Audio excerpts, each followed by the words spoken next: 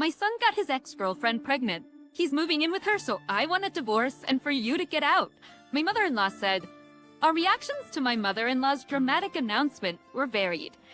David looked away, bewildered. His mistress, Emily, seemed touched. As for me, I was taken aback by her dramatic words. Mary, this is... Ignoring David, who seemed like he wanted to say something. I went to get something. Here's the divorce papers.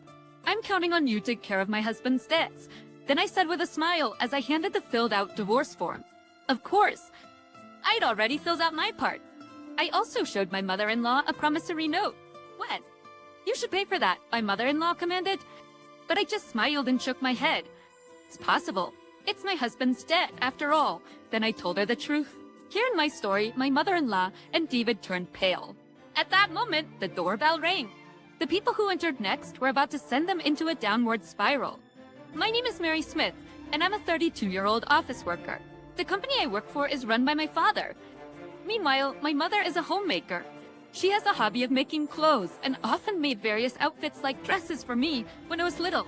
The clothes she made were totally my style, and I was always thrilled every time she made me something new. Mary, that dress is cute, isn't it? It's Mom's latest creation. She also finished the outfit Jennifer asked for the other day, so she said to come and pick it up. Awesome! I have childhood Trent. But Jennifer Williams, and we are best friends. She's always had a strong sense of justice and helped me out a lot. Jennifer, who dreamed of becoming a lawyer, has now achieved that dream and is in a position to help many people. She's a friend I'm proud of. Mary, there's someone I want to introduce you to. Pleased to meet you. I'm Mike dating Jennifer. Jennifer has a husband, and now Mike is a detective, and he seems to be thriving with his exceptional observational skills. First a lawyer and a detective. What a dependable couple. Jennifer has given birth to adorable twins and has built a warm family. Next counts. By the way, I'm also married. Hey, you're in the same college, right? Yes, that's right. I met my husband, David, back in college. He was famously handsome and quite popular. Amidst all this, I was busy studying to join my father's company and had no interest in him, which seemed to intrigue David. That's how he approached me, and we started dating. I'd like to join your father's company too, Mary. After we began dating, I talked to David about my father's company. He took an interest and decided to join as well. Though we were assigned to different departments, he quickly climbed the ranks and is now a department head. I've heard of his good reputation too, and it motivates me not to be left behind in my own endeavors. We don't have children, but we live a peaceful life, constantly striving and supporting each other. I'm really sorry. It's okay now. One day, a certain truth came to light, and David and I had a huge argument. For honestly, I was considering divorce, and even Jennifer and her family suggested it might be for the best. But Mary, you're the only one for me. I truly love you from the bottom of my heart. That's why I don't want to separate. However, David pleaded with me so earnestly that I chose to give our relationship another chance. Since then, he's been like a changed man, treating me with so much care. He even started taking on household chores that he used to leave to me. So, I decided to forgive David. Thank you, Mary. Christians, from now on, I'll devote myself only to you. Make sure you do. There will be a next time. Our relationship became stronger and more supportive than before the fight, and I believe we've become a better couple. If only it had ended there. But my mother-in-law had to stir things up more. Just a minute. Mary, I heard you blame David. Without knowing the details of our fight, she started yelling at me one-sidedly. She took advantage of my shock and silence to continue. David is too good for someone like you. If you have complaints about my son, just get a divorce. You're not fit to be a wife. Enough is enough. Mom, stop it. Mary and I have already settled this. Please, just stay out of it. My mother-in-law kept blaming me until my father-in-law and David intervened. Had they not stepped in, she might have even gotten physical. That's how intense she was. Sorry, Mary. She's always been prone to going overboard. According to David, his mother has always been impulsive and quick to act on her assumptions. When David was a kid, she frequently stormed into his school. And each time, his father had to apologize for her behavior. I'm really sorry. I'll make sure to talk to her. I'm truly sorry. Honestly, I was angry about my mother-in-law's behavior. But since my father-in-law and David apologized so sincerely, I decided to let it go this time. She dotes on David excessively and always pushes for divorce at the slightest issue. I think that's why my brother left. David once said, he has a brother, but I've never met him. Apparently, he and their mother never got along and had a falling out. David's brother left their family home as soon as he graduated from high school and hasn't returned since. That might be why she's so overly attached to David. Before you get cheeky with David, what about kids? When will we finally get to hold a grandchild?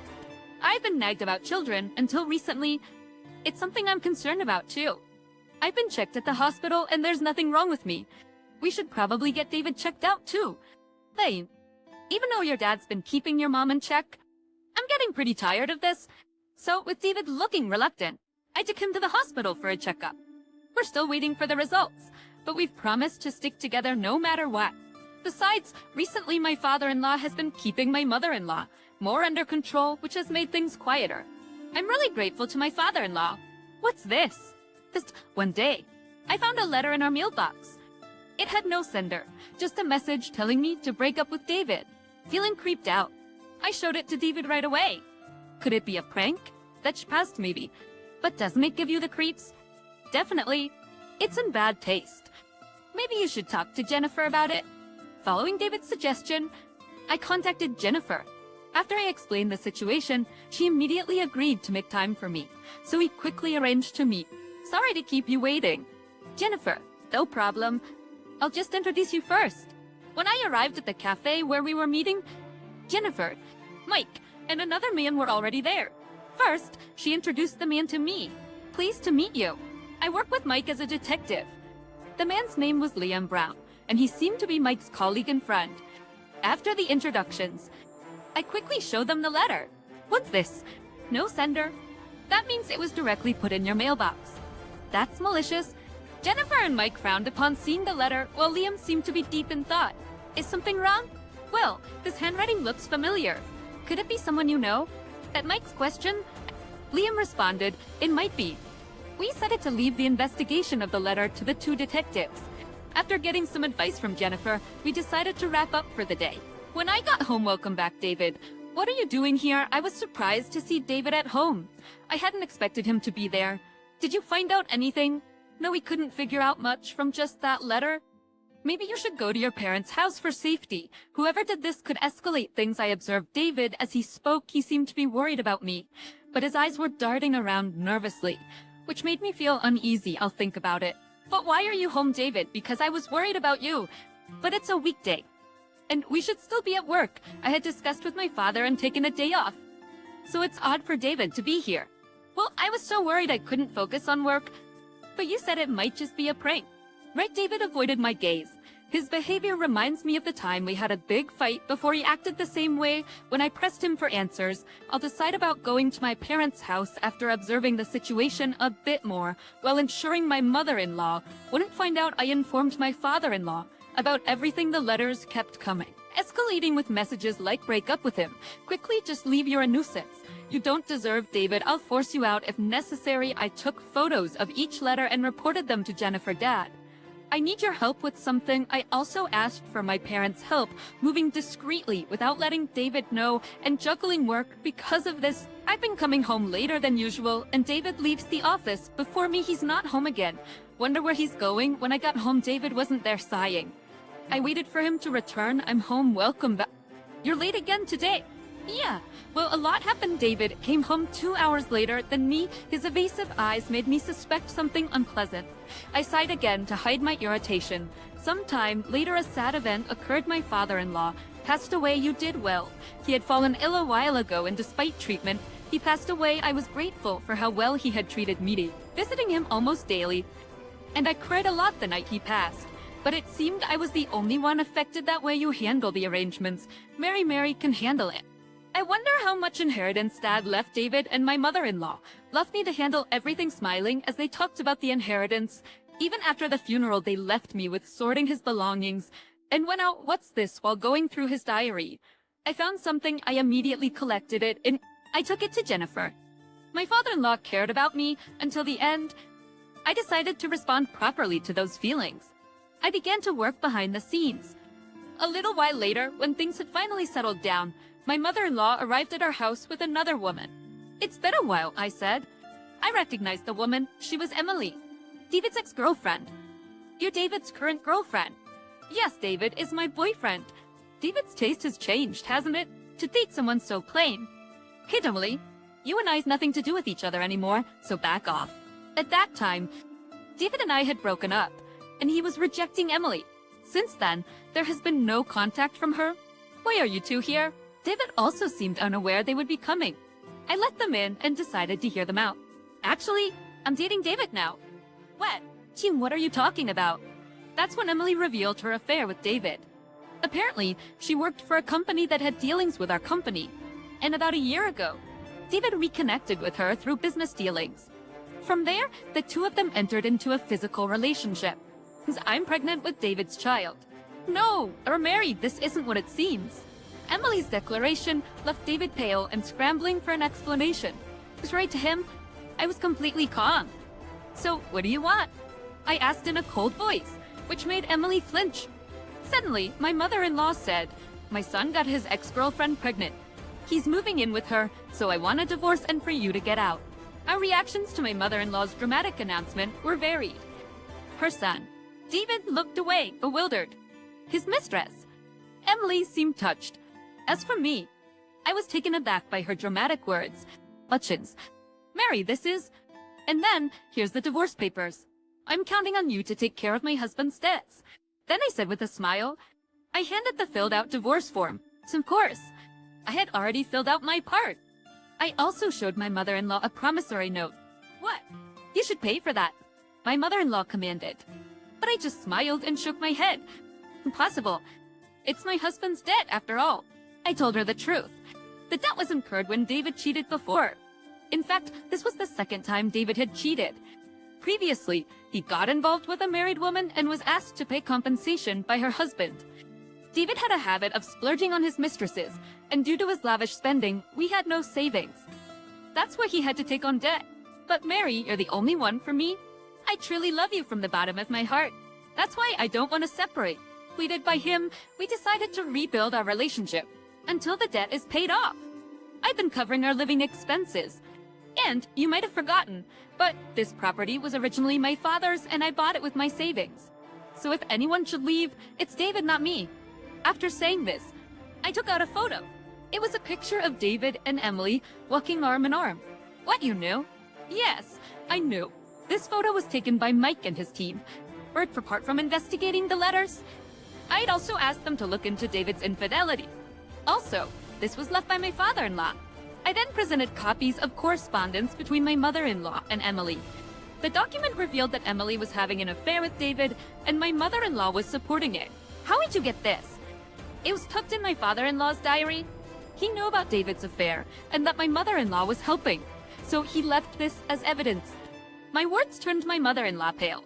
I will divorce, but I won't give up this house, and I'll demand substantial compensation. Looks like more debt for you. Both my mother-in-law and David went pale on hearing this. Then the doorbell rang. The people who entered next would turn their world upside down. I've been waiting for you. Jennifer. Sorry to keep you waiting. Jennifer and her team entered. Emily turned pale upon seeing Liam. It's been a while. Finally found you. Liam smiled at Emily, who was his ex-wife. Actually, Emily and Liam were once married, but they divorced after Emily cheated. She'd been avoiding paying compensation since then. That's why she was so pale now. Liam, I can't believe it, you're my brother. This long time, no see. I didn't know this, but Liam was David's brother, the one who had a bad relationship with my mother-in-law. Liam gave David and my mother-in-law a cold look. You always liked hurting people. Let's go, he said and pushed me gently on the back. I lit the house with Liam and Jennifer. Wait, you have 1 week to pack up and leave. Otherwise, I'll sue. I left with only the essentials. Oh, and one more thing. I turned back to David.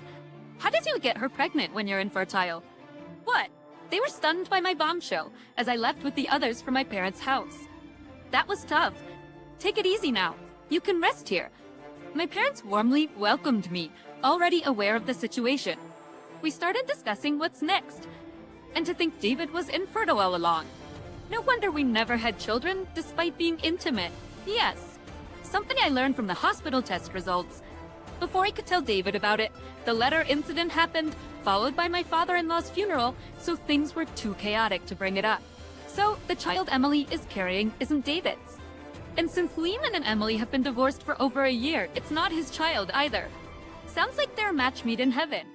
It turns out they're both alike, constantly cheating on each other. Suddenly, I checked my phone, which had notifications turned off. There were dozens of missed calls from David and my mother-in-law, and numerous messages begging me to come back and talk. Are they contacting you? Show me. Ex-Henry's. I handed my phone to my father with a stern expression. Just then, David called. My father pressed the answer button. Mary explained everything. What's going on? Thinking I had answered, David started speaking unilaterally, causing everyone here to frown. What do you mean I'm infertile? That seemed to be his main concern.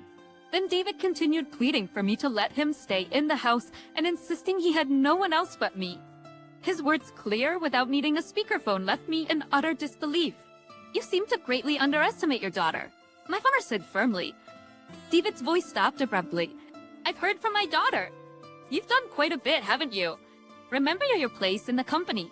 No, please not my job. That's not what we talked about. Suddenly, though Emily's voice cut in.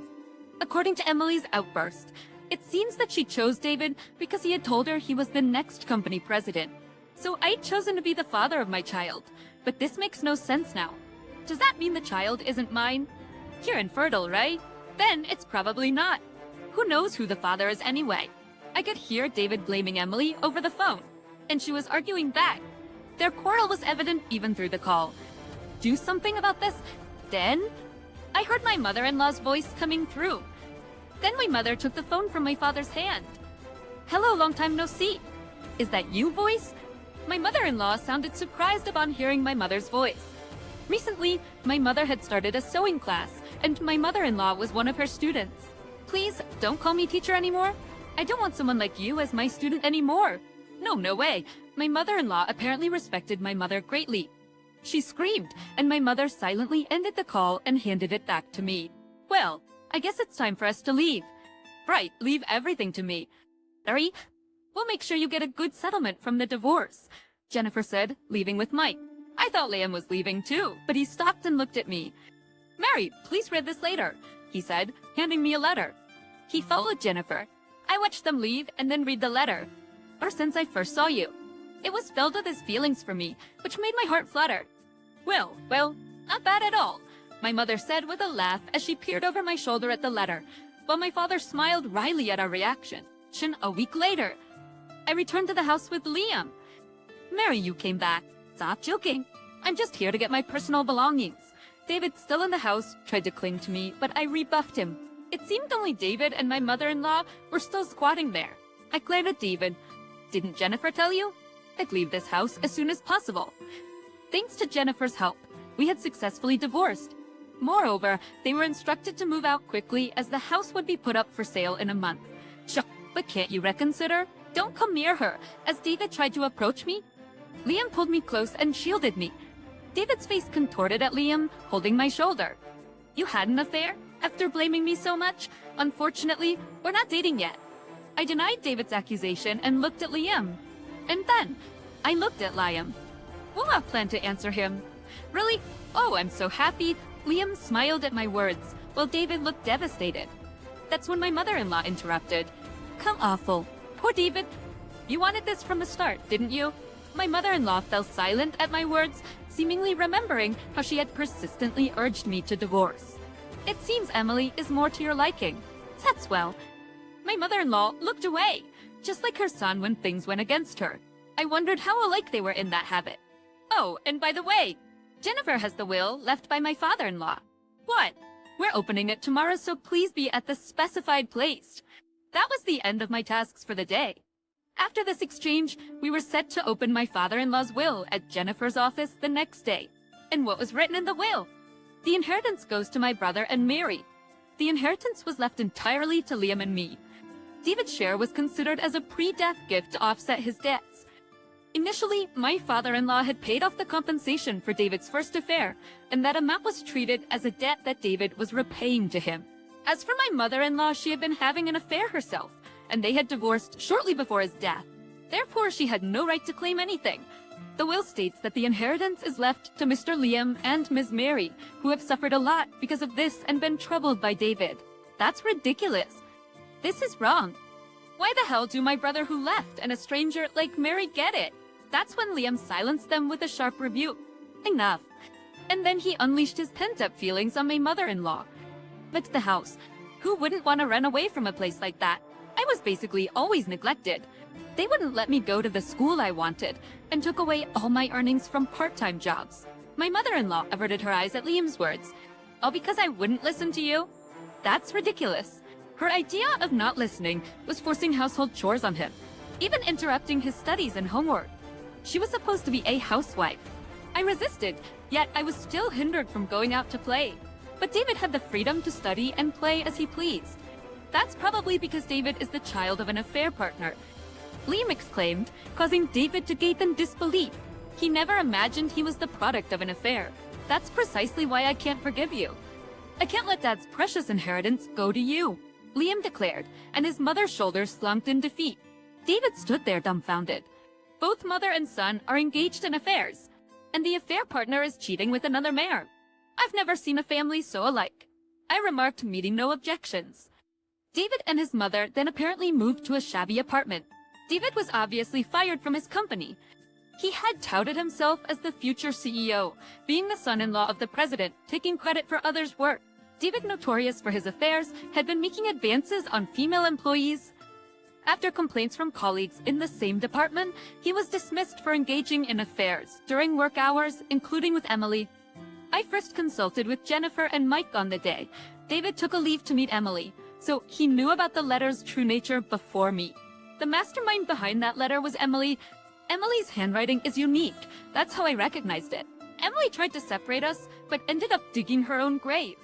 And David, frequenting Emily's place, was the reason for his late homecomings. Consequently, David was fired, couldn't inherit anything, and now lives in poverty due to the debt incurred from paying me alimony.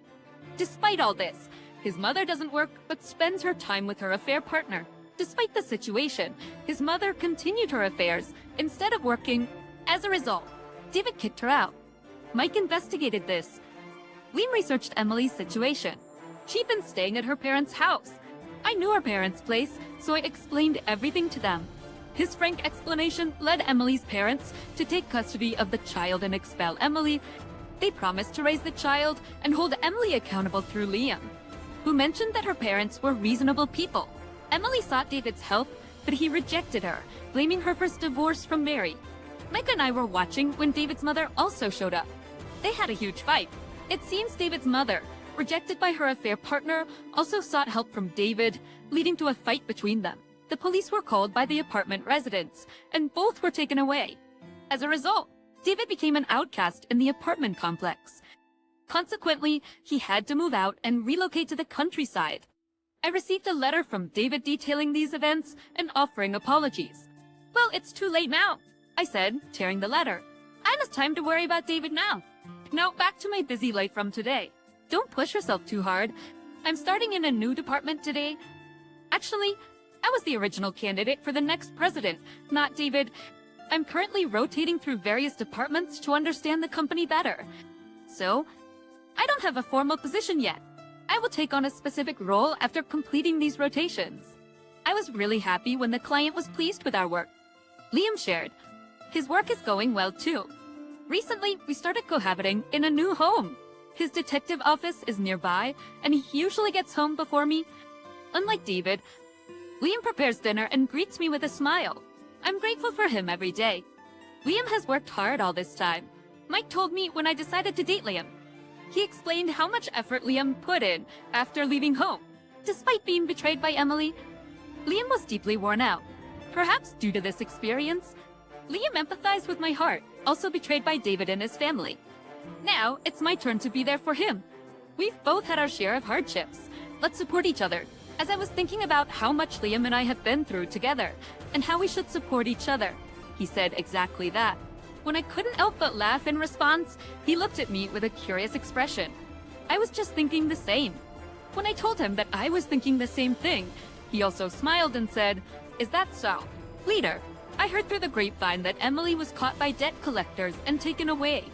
As for David's mother, she was recently seen sheltering from the rain and wind in a park using cardboard boxes. David stirred up another affair scandal in the countryside and eventually was found and hidden away by the debt collectors. They got what they deserved. I never want to deal with them again," I muttered as I prepared to leave. I had deep planned with Liam. We're living a happy life, the exact opposite of theirs. Maybe I should be thankful for the encounter with Liam. With that thought, I headed to meet Liam. Sometime later, Liam proposed to me. "I want to make you happy. Will you marry me?" "Yes, I'd love to. I'll make you happy too," I responded joyfully, and we got married. Soon after, I discovered I was pregnant. Finally, I could give my parents a grandchild. As I realized this, "Liam, you truly are a wonderful person." My father praised Liam, which brought tears to his eyes. "What's wrong?" "Sorry, I just remembered my dad." My mother and I watched my flustered father with a smile. That's 16 months. I gave birth to our adorable son. Liam's active involvement in household chores and childcare was a great relief. Our parents cared for us, enabling us to raise our son without any worries. "I'm really happy right now." "Yeah, me too." Liam agreed, and we smiled together. Let's continue to protect this happiness, for our child and for ourselves. I made a promise in my heart to do just that. I divorced an infidel good-for-nothing and remarry a young and cute woman. Just after having my ovaries removed, Ken suddenly stood up from his chair, interrupting the doctor, and burst into laughter. Both the doctor and I were shocked, looking up at Ken.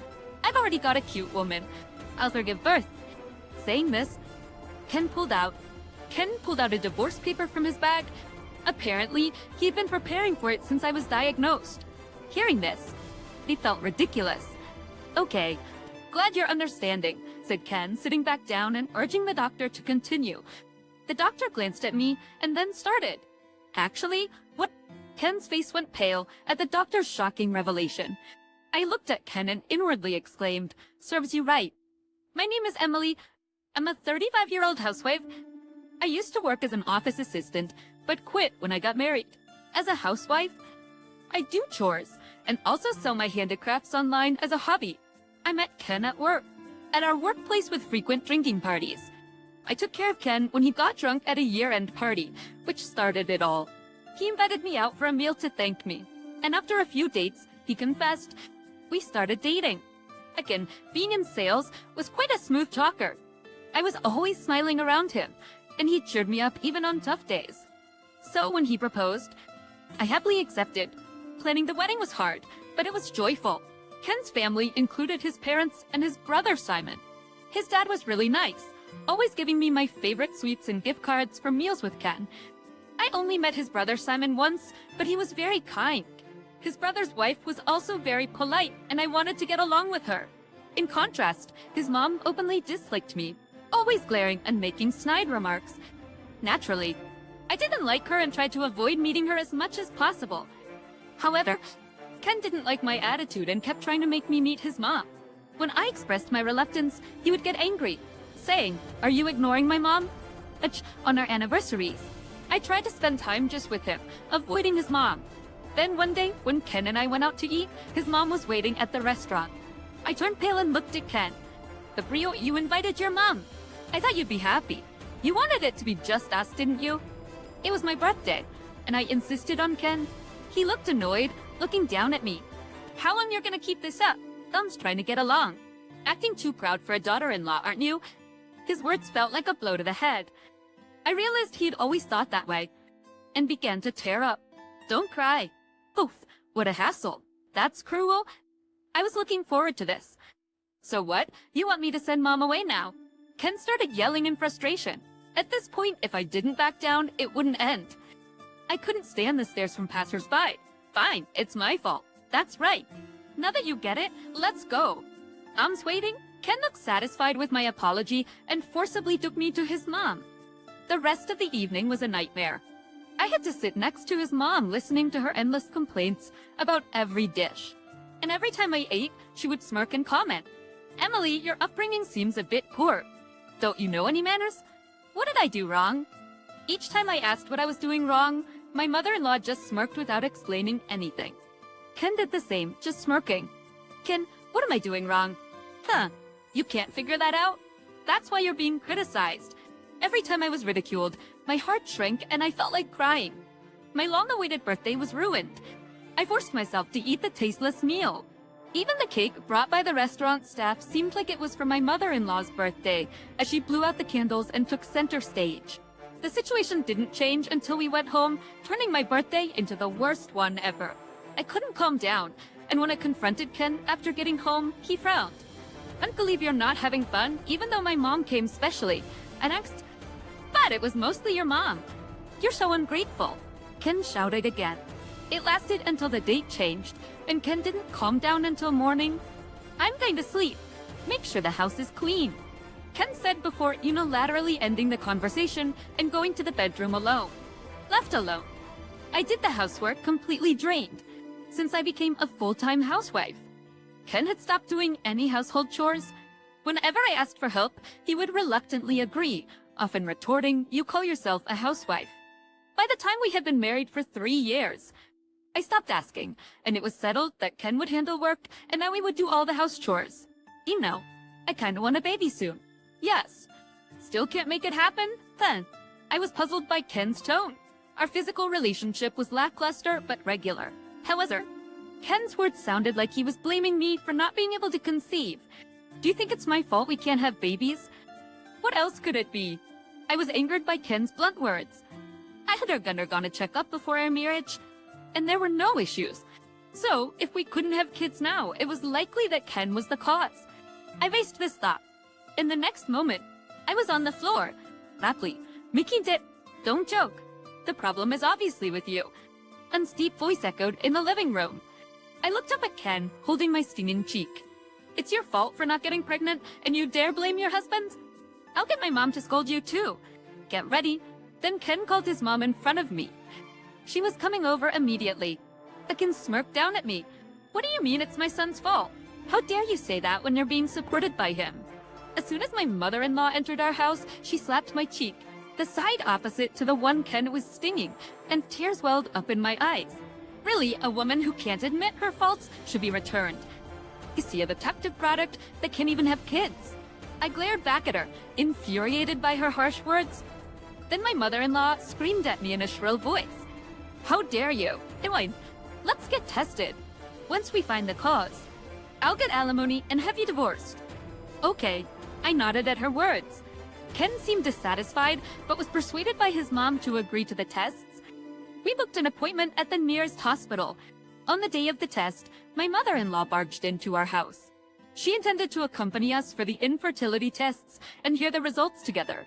At the hospital, Ken and I were directed to different areas for testing.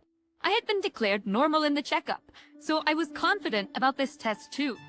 The results had to be normal. That's what I thought until the doctor spoke. "You have a tumor. We need to operate immediately." When? While receiving a plain explanation about the surgery, I felt everything go dark before my eyes. Next to me, my mother-in-law was listening intently, but her mouth corners were turned up, showing no sign of concern. Does this mean Emily can no longer get pregnant? No, we're just removing one ovary, so pregnancy is still possible in the future. However, the chances of natural conception will decrease by about 30 EI. My mother-in-law feigned a dramatic shock at this explanation, and then glanced at me sighing.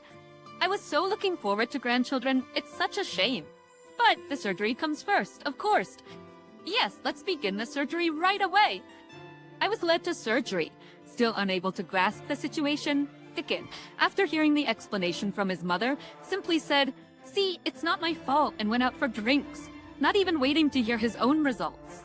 The thought of him going out for drinks while his wife was undergoing surgery, without a word of concern, it confirmed my belief that Ken no longer loved me. Perhaps I wasn't as sad as I should have been, maybe because I had sensed it all along. I faced the surgery alone.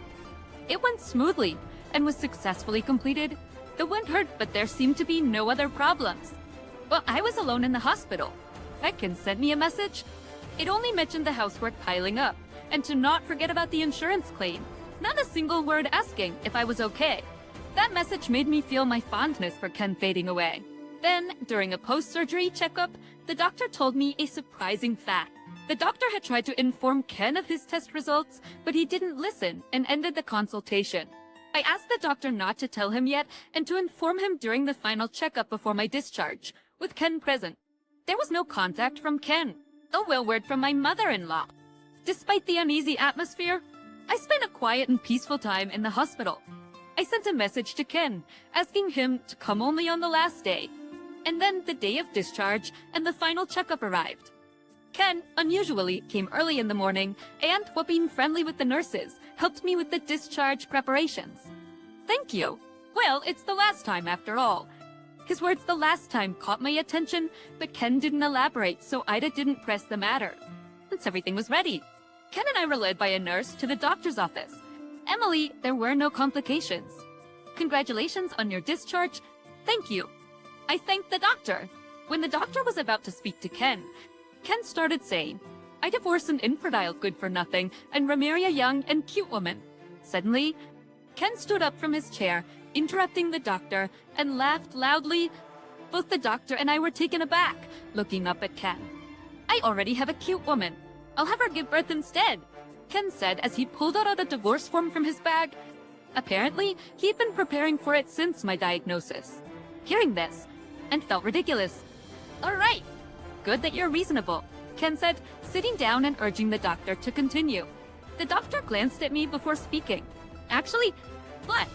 Ken's face turned pale at the doctor's shocking words. I looked at Ken, thinking serves him right inside my head, and, unable to grasp the situation, trembled with a pale face. I sat calmly beside him. What do you mean? I'm infertile? Ken, it's clear that you have absolutely no sperm. Not only is natural conception impossible, but there's also no hope with fertility treatments. That's a lie! Ken yelled, grabbing my shoulder, and started to shout at me. His face contorted with pain. You orchestrated this, didn't you? Is this revenge because I said divorce? I answered Ken with a tone of disbelief. Why would I need to do such a nasty thing? Besides, I didn't even know about the divorce until you mentioned it here. Oh right. Ken slumped into his chair, mumbling something under his breath. Then, after a moment, he tentatively asked the doctor, Is it really 0%? Well, to be precise, it's nearly impossible. Vaginal conception won't happen unless a miracle occurs. At these words, Ken's face lit up. He then started grinning. Seems I've made that miracle happen. What do you mean? My girlfriend, she's pregnant. Ken's revelation even surprised me. The doctor looked equally astonished. It was understandable. A husband discussing his affair, and the pregnancy of his mistress during a medical consultation was shocking. So I'm sorry, but I need you to divorce me quickly. I gotta be with her. Ken seemed almost ready to dance with joy. I silently signed the divorce papers and handed them to Ken. I agreed to the divorce, but I'll be discussing property division through a lawyer later. Yeah, I get it. She's cute, you know. Don't be jealous, I replied, exasperated by Ken's unnecessary concern. After that, we parted ways at the hospital. I went home, and Ken returned to his parents' place. Once home, I immediately started packing. I also took the opportunity to look through Ken's study. It seemed he hadn't bothered to hide anything, as evidence was abundant. It appeared he had met his mistress at a bar. The casual conversation with her, a part-time worker there, likely started it all, opening his computer. I found his messaging app still open, with all the contents visible. There were numerous incriminating photos, which I forwarded to my phone. Normally, seeing such intimate photos of a beloved husband with another woman would bring tears, but my love for Ken had dried up. Instead of crying, I almost left. The next day, I printed the messages and photos and took them to a nearby law office. The female lawyer was very kind, listening to my story to the end. She even got angry with me and agreed to give Ken a hard lesson. We prepared a legal notice and sent it to Ken at his parents' house. The day the notice arrived, Ken bombarded me with calls. Effectively, I answered, Hi, what's this all about? What do you mean? It's a legal notice. Not that. Find the alimony. He seemed not to have listened at the hospital. I explained earlier. The alimony is for verbal abuse. I told you she's pregnant. I can't pay any alimony. Isn't your girlfriend gone by now? Ken gasped at my words. His predictable reaction made me laugh. That's too bad. He should have told her you were married. It's not an affair. Such a selfish argument won't hold up. Hearing my exasperated words, Ken started yelling in fury. Apparently, he hadn't told his girlfriend about being married. When the legal notice arrived, she called me. I was surprised to learn that she hadn't submitted the marriage registration yet, feeling something off about Ken's parents' behavior and his words. She said she planned to leave the house soon. I learned one more crucial detail, which I decided to keep until the end. For now, I only shared these 2 points with Ken. He was speechless. If you hadn't interfered, I would have been happy by now. No, it's your fault for not telling her. Ken seemed lost for words again. I half smiled as I spoke to him. Anyway, I look forward to the payment. You're gonna have a tough time. Hey, do you know where she went? Ken, seemingly in a panic, asked me that. Indeed, I had received a call from her, but she didn't mention her destination. When I told him this, Ken blinked his tongue. You're really useless. That's why you got cheated on and divorced. I'd rather not be lectured by someone who's being sued for alimony. What? No matter what he said, it had no effect on me. Instead, everything bounced back on Ken, digging his own grave.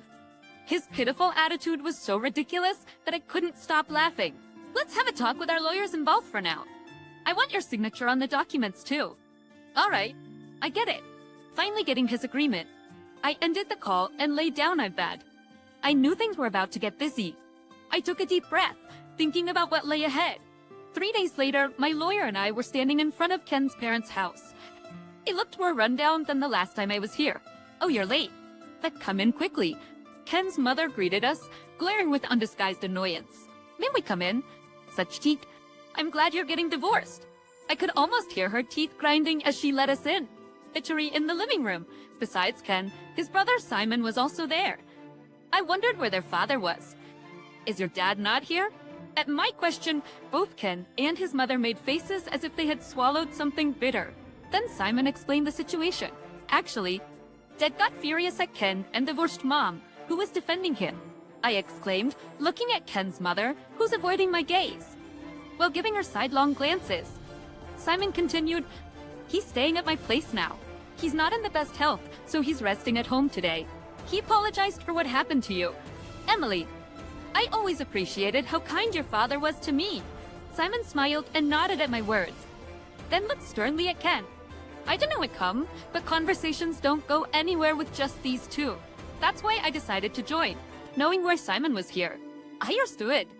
Given Ken's mother's reception, I doubted this discussion would be smooth. It's because of you that Dad left. We should be asking for alimony from you. Yeah, right. The pregnant wife he snagged is gone too. You're like a curse, aren't you?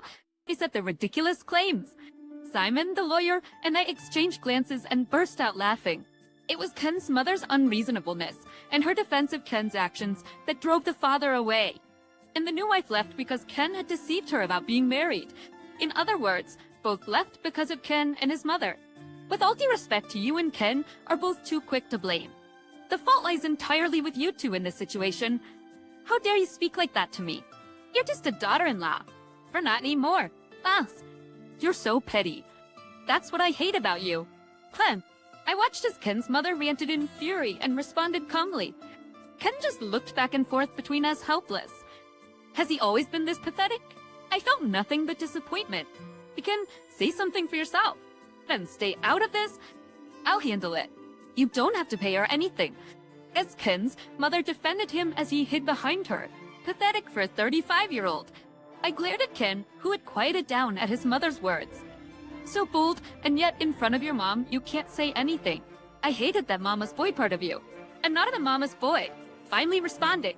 Ken provoked me to drop a bombshell. Did you tell your mother that you're infertile? We don't need to talk about that.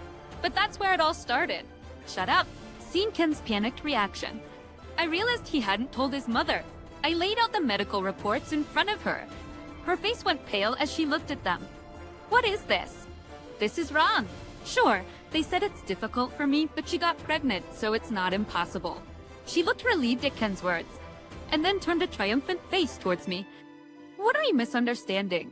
Just because you're infertile, don't go making Ken out to be impotent too. Are you sure it was really Ken's child she was carrying? My question left Ken's mother momentarily dumbfounded before she glared at me ferociously. I showed them further evidence. Here's an investigation report. It seemed she was quite the player, with a history of many men. What? Ken snatched the report, his face going pale as he read. At the end, he slumped down, defeated. It detailed that the woman had been seeing another man simultaneously with Ken, married him after leaving Ken's parents' house, and a DNA test confirmed that the child was that man's. So, am I really impotent? Unfortunately, yes. Ken was clearly devastated by this fact. I added, and Ken began to cry bitterly. The reality of his impotence was too much for him to bear. I won't be fooled. There must be some mistake. Ken can't be impotent. His mother, in denial, tore up the report. I expected this and presented another copy of the same documents. She glared at me bitterly. Then, Simon burst out laughing. This is too funny.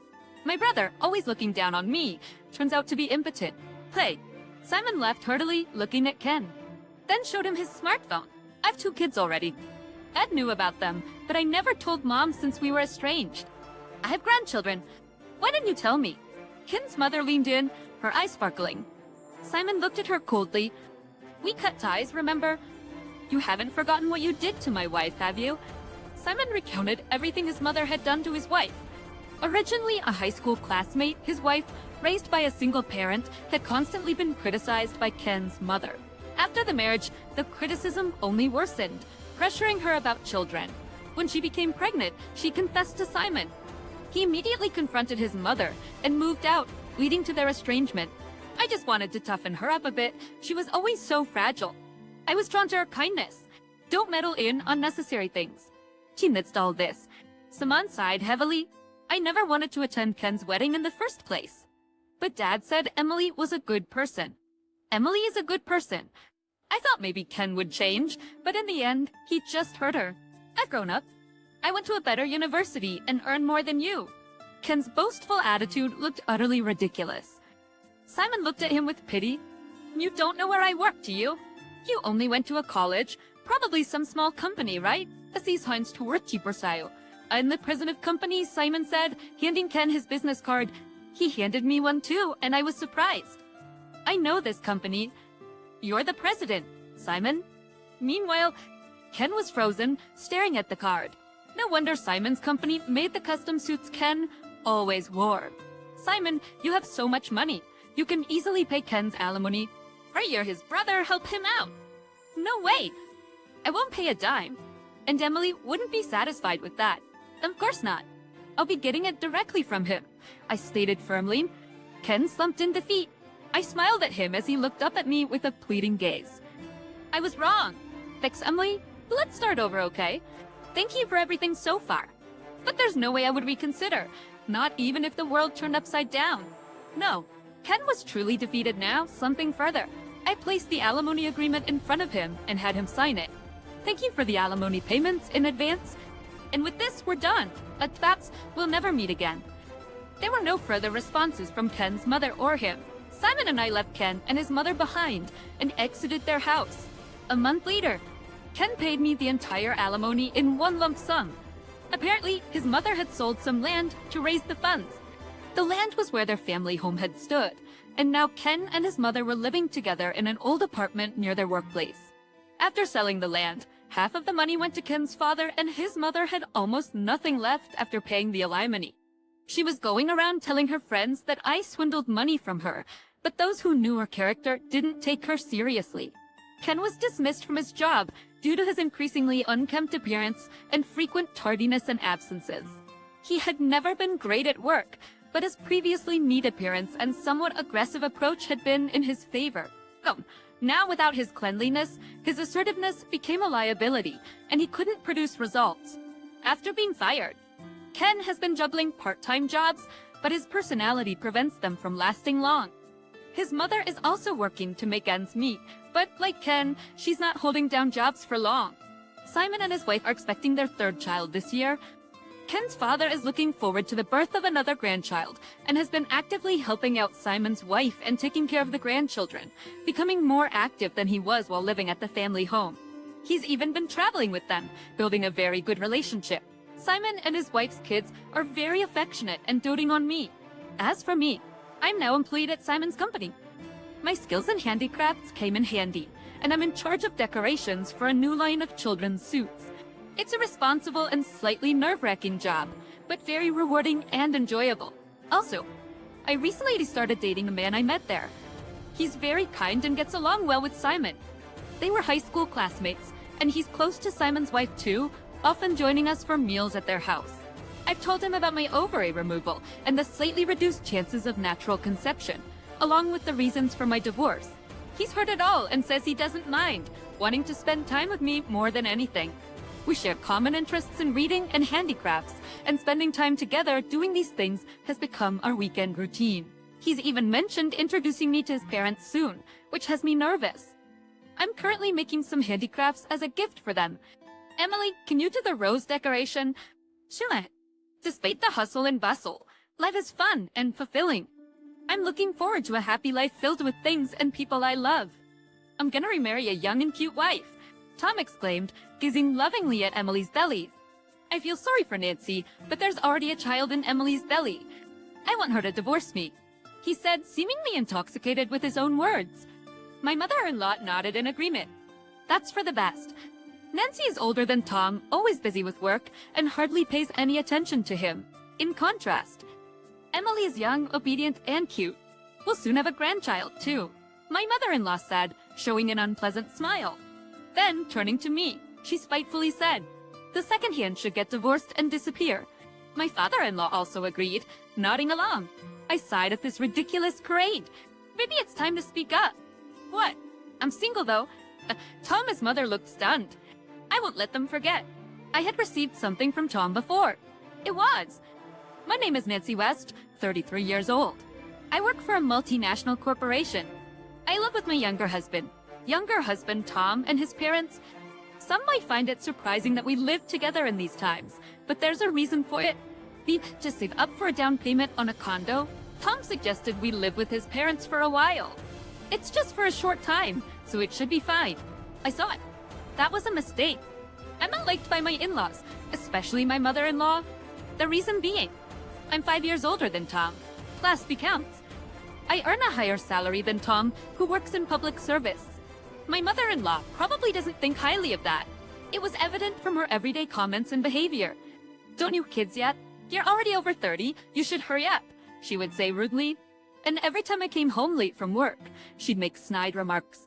You're back so late again. I don't care about your multinational company or whatever, but as a woman, you shouldn't work so hard. You should come home earlier, or Tom will get lonely, she'd say, with an outdated mindset. My father-in-law seemed to share her views. Though he spoke less, he always nodded along with my mother-in-law's words. And Tom, the central figure in all this, acted as if it had nothing to do with him.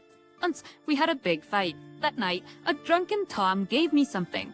Sure, but you're so unhappy, just use this. Conveniently, he seemed to have forgotten all about it the next day when he sobered up. But I still have it, kept safely for it when I can no longer bear any more incidents like this. But while all this is going on, my stress is gradually building up. I had to go on a month-long business trip to a branch office far away from work. It was a good opportunity. I happily set out, thinking of it as a chance to stretch my wings. But during my absence, something significant happened at home. I'm back, I said upon returning from the trip, immediately sensing something was off. There were cute shoes at the entrance. Lex wondering. I entered the living room, where I saw an unfamiliar girl. Welcome back. There's Annie, Nancy's Tom said. Emily clinging closely to his side, her face still showing traces of youthful innocence. She seemed to be around college age. I was shocked by this sudden development. Who are you? Nice to meet you. I'm Emily. It's my first time meeting Nancy, right? Emily's gonna be staying with us for a while, so get along. Wait, use it? I didn't hear anything about this. What do you mean? Imart's Tom began to explain with a cheerful tone. The girl's name was Emily, 20 years old. 3 years ago, when Emily was in high school, Tom, a high school teacher, was her teacher at that time.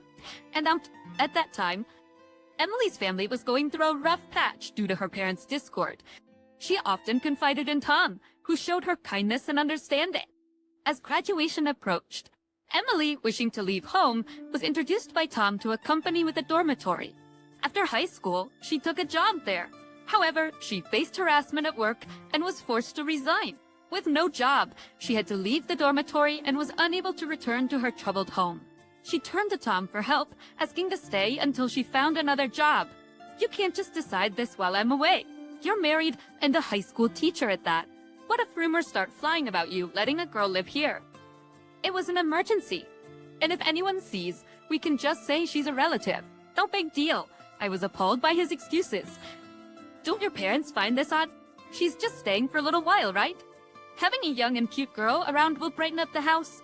His father nodded in agreement. It seemed that Emily had completely won over my in-laws during my absence. This is unbelievable. How can you just decide this on your own? I muttered in frustration. "Siya. Emily started to cry softly. That's so mean. Aren't I? I can't go back home. If you kick me out, I'll have nowhere to go. I'll have to sleep in the park or something." And I comforted the crying Emily. "Don't worry. Oh, Emily, you can stay here," he said, then glared at me. "How can you be so cruel to suggest kicking her out? That's right. It's your fault for always being at work and not being home. You're like a mean wife, picking on a young girl." My mother-in-law and the others took Emily's side. I ended up being blamed by everyone. In the end, I reluctantly agreed. Okay, until Emily finds a job. Dealing with my in-laws was hard enough, and now this new problem had arisen. It was frustrating, and I held my head in my hands. But this incident was just the beginning of a series of gloomy days to come. Some time had passed since Emily started living with us. However, she showed no signs of job hunting. Instead, she made herself completely at home. "Sorry, I'm gonna take a shower first," she said lazily in her loungewear, fiddling with her phone. First annoyed.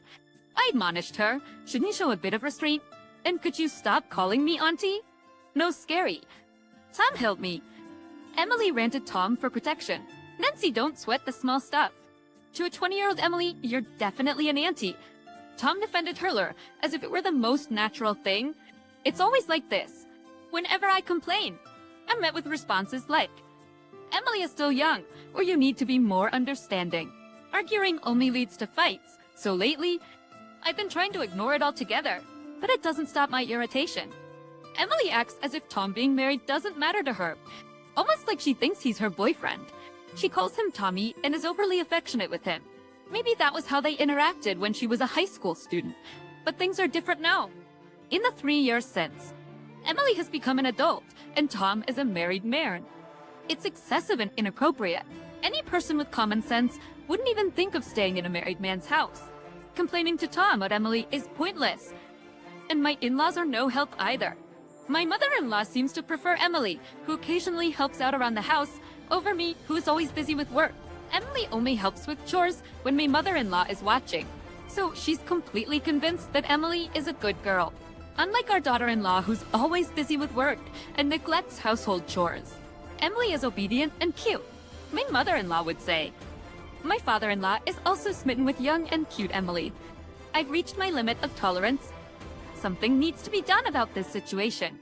Then, I noticed something about Emily's physique. Her belly seemed more pronounced than before. Could it be? The thought made me feel uneasy, but I dismissed it as unlikely. That can't be true. She's probably just gained weight from lounging around all day. Or so we thought. Emily left the house early in the morning, which was unusual for her, even though she usually stays at home all day and does nothing. She returned looking very happy, laughing and celebrating with Tom. When I asked what was going on, they quickly left the room, just wondering what they were hiding. I went to move Emily's bag, which had been left out. As I picked it up, its contents spilled out. What's this? It was a pregnancy journal, ebbing through the pages. I was shocked to see Emily's name under mother and Tom's name under father. The situation was so absurd. I felt faint. I had always been bothered by Emily's boyfriend-like behavior towards Tom, but I never imagined they would actually do something like this. Considering my work schedule, I usually come home later than Tom. I have no idea what they've been up to. Was the place she visited earlier? Could it have been a doctor? My uneasy feeling about Emily's bulging belly wasn't unfounded. Confused and overwhelmed, I decided to step outside to clear my head. As I left the house, I noticed a young man standing at the gate. He approached me and asked if I knew Emily, who was staying at my house. I confirmed that she was and inquired about the reason for his visit. He introduced himself as Simon, Emily's brother and explained that he had been looking for her. He then suggested moving to a more private location to discuss the matter further. At a nearby cafe, away from prying ears, Simon began to tell an astonishing story. Several days later, on a day off, I was packing my belongings when Tom suddenly approached me with Emily by his side. He revealed that Emily was pregnant and expressed his desire to marry her before the baby's birth, also stating his intention to divorce me. His selfishness left me disgusted, and I looked at them with contempt. Tom's mother also expressed her agreement with his decision, making disparaging remarks about me. Feeling insulted, I declared my independence, leaving Tom and his mother stunned. Don't you remember? After our fight, a drunken Tom handed me the divorce papers, saying, "If you're so unhappy, just file these." They were already filled out, so I signed and submitted them. That's right. The document I had kept from Tom was the divorce papers. I never thought the day would come when they would be useful, right? You did what on your own? Did what? If we're talking about doing things on their own, that's you. Bringing a young woman home while I'm away and getting her pregnant. Since you intended that, I filed for divorce. That's fair, I said, packing my bags. It's fine, right? You're gonna marry Emily soon anyway. Well, yes, but Tom seemed disappointed, probably expecting me to resist. I guess he mistakenly thinks that he will always love him. Did he think I would cry and cling to you, begging you not to leave? That's a joke. I've long since lost any feelings for a man like him. I stood up with my suitcase.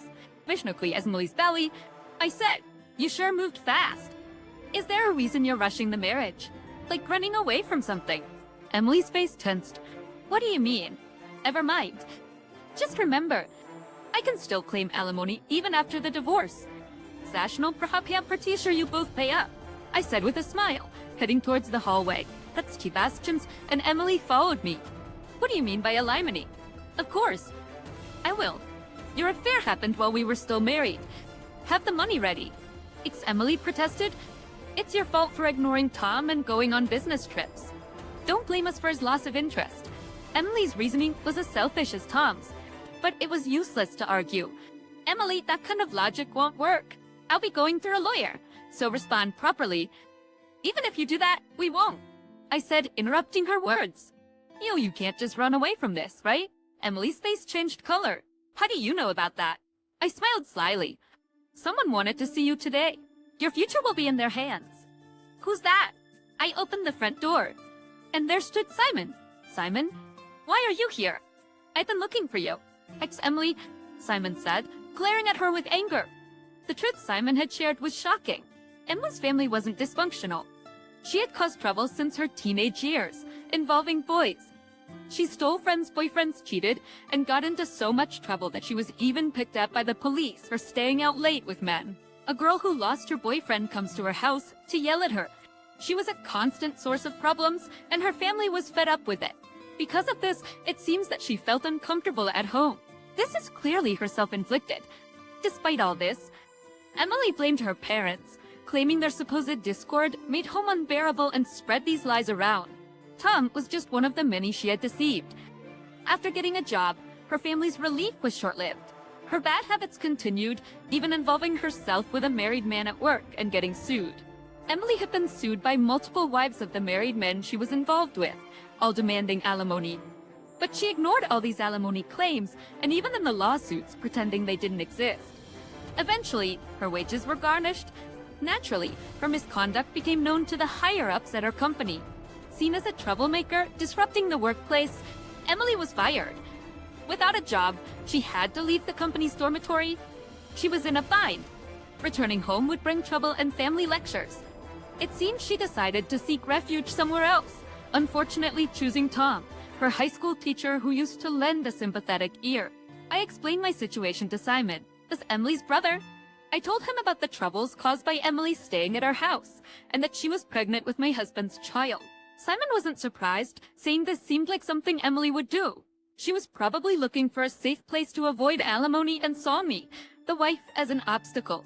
That's why she seduced Tom, likely rushing into marriage to create a fait accompli. Emily, unemployed and probably without savings, was effectively evading payments and had disappeared. Victims had reached out to Emily's family home when they couldn't find her. That's how Simon learned that Emily was fired and missing. Some victims even approached Simon's family, asking them to pay the alimony. Simon was fed up with Emily's troubles and wanted to take her back to make her face her actions. He had been searching for her with this purpose in mind. I also intended to claim alimony from Emily, but given her history, I doubted she would pay up without issue. Simon had a plan for handling Emily.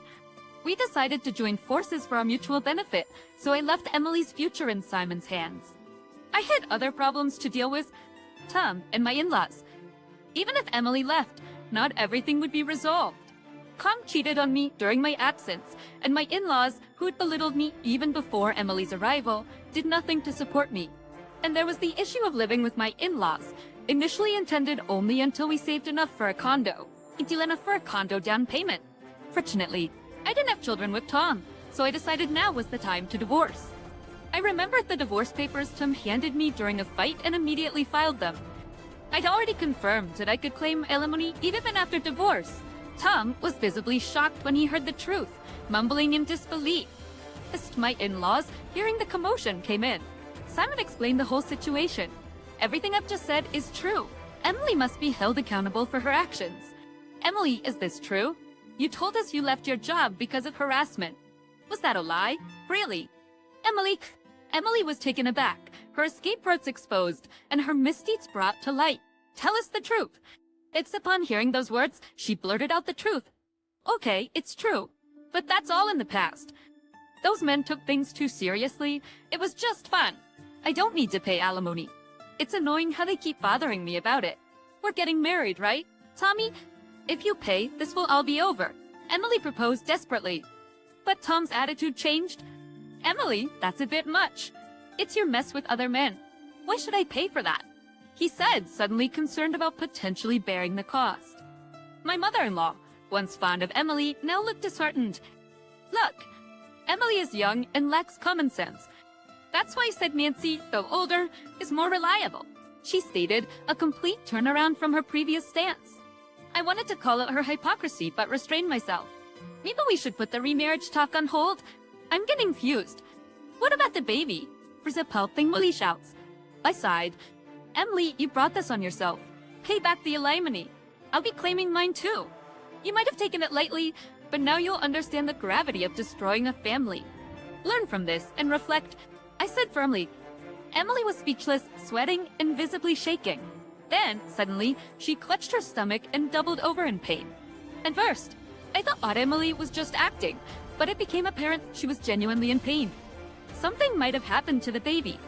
We hastily called an ambulance, and Emily was taken into the treatment room.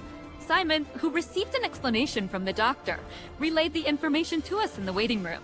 The cause was unclear, but Emily had miscarried. Tom visibly relaxed upon hearing the news, as if relieved that he no longer had a reason to marry her. The in-laws reacted similarly. Their quick change of attitude was astonishing, if not appalling. Simon was called back by the doctor, leaving us in the waiting area. There was nothing more I could do there. As I was about to leave, Emmet approached me. I'm sorry, Nancy. I got caught up with someone like her. I was probably just lonely when you went on your business trip. So, do you expect me to forgive you? I shouted, startling Tom and his parents standing behind him. Forgive you? For letting a former student live in your house, getting her pregnant while still married. I've never heard of such an irresponsible man. I never want to see your stupid face again. I then turned to my in-laws. And you too. After constantly belittling me, now you change your tune?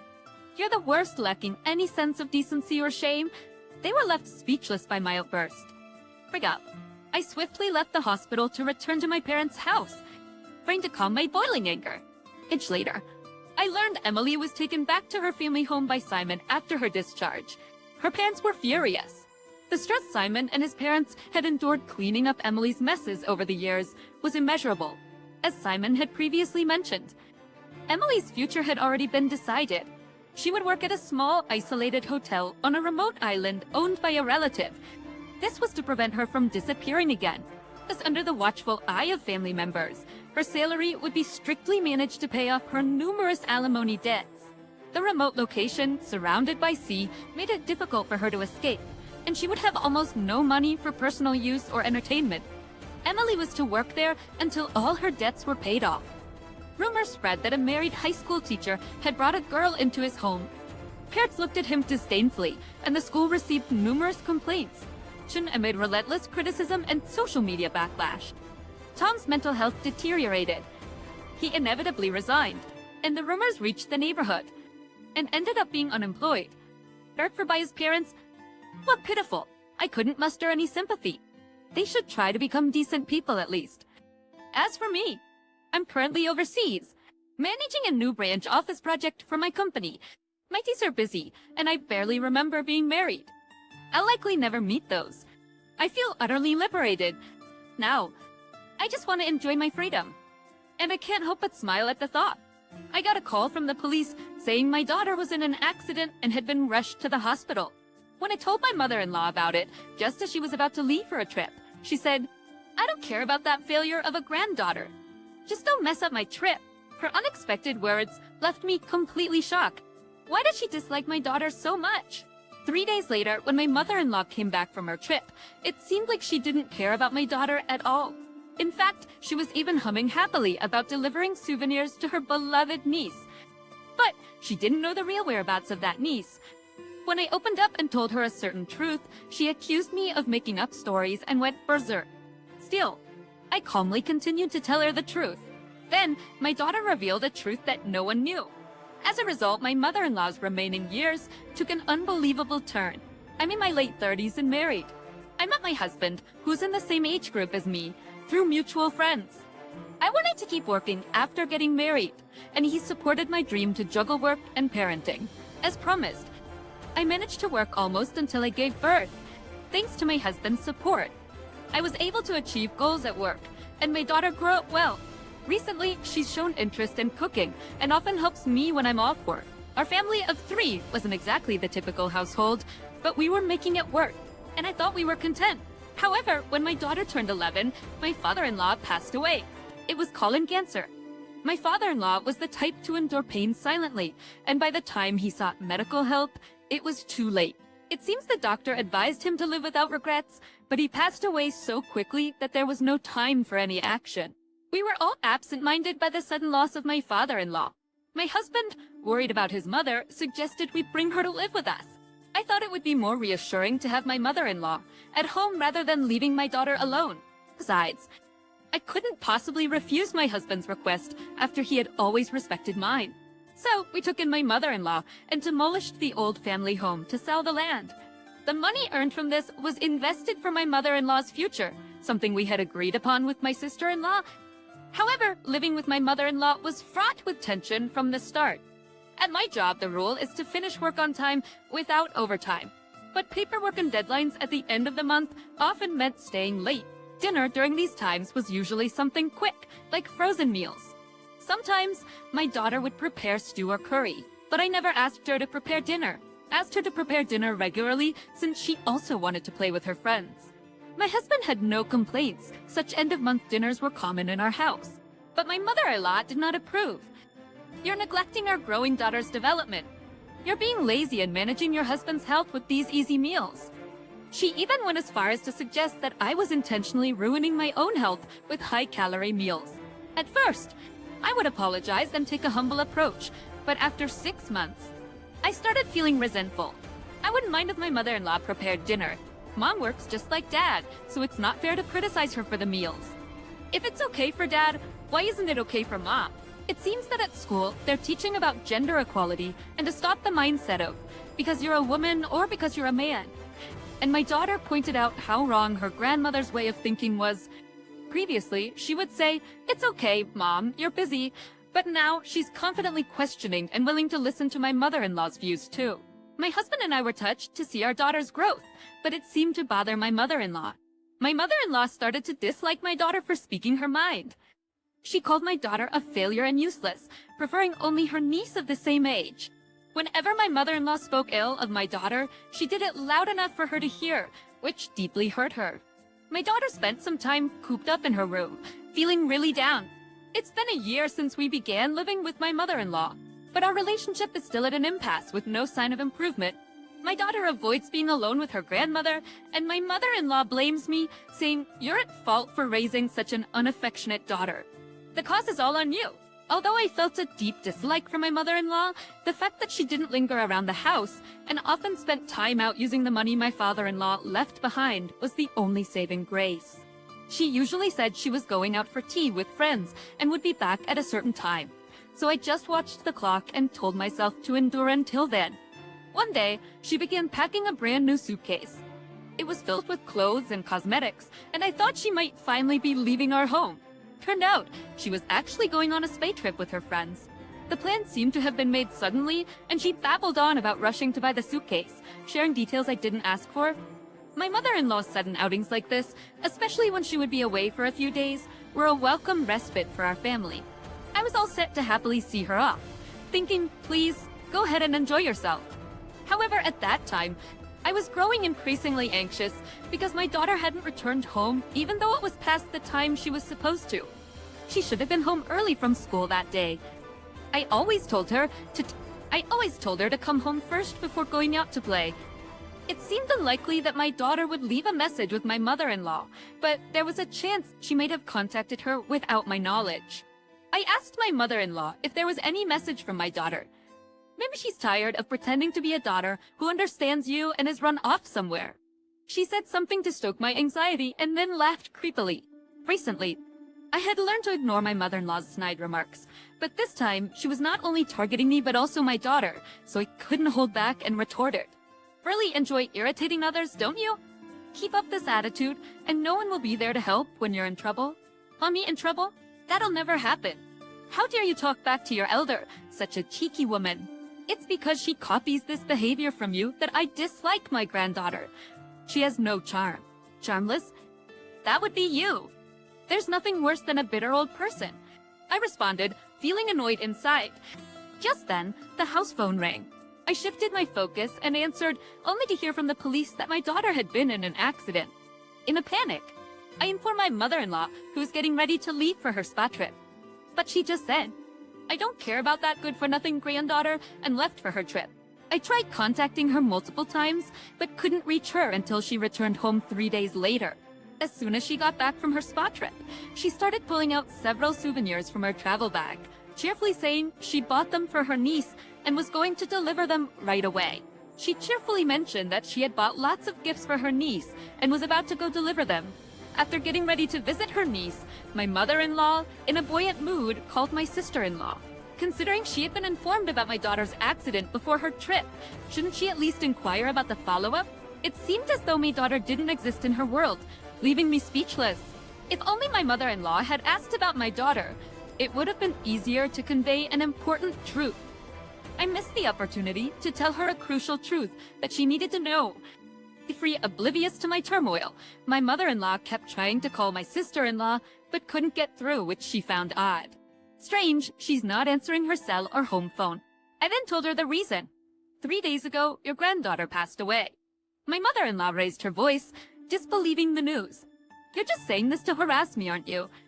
Using someone's death as a joke. What a terrible daughter-in-law you are.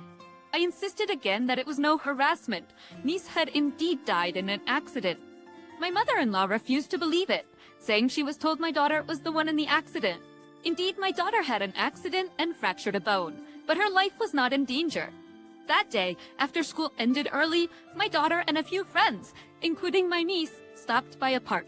Despite my instructions to come straight home, my daughter explained she didn't because she had a friend who wouldn't be able to play with her if she went home first. That friend was busy with some kind of daily lessons, so the only time they could play together was during school commutes. My niece loved climbing high places, and while playing on a climbing structure, she slipped and fell headfirst from the top.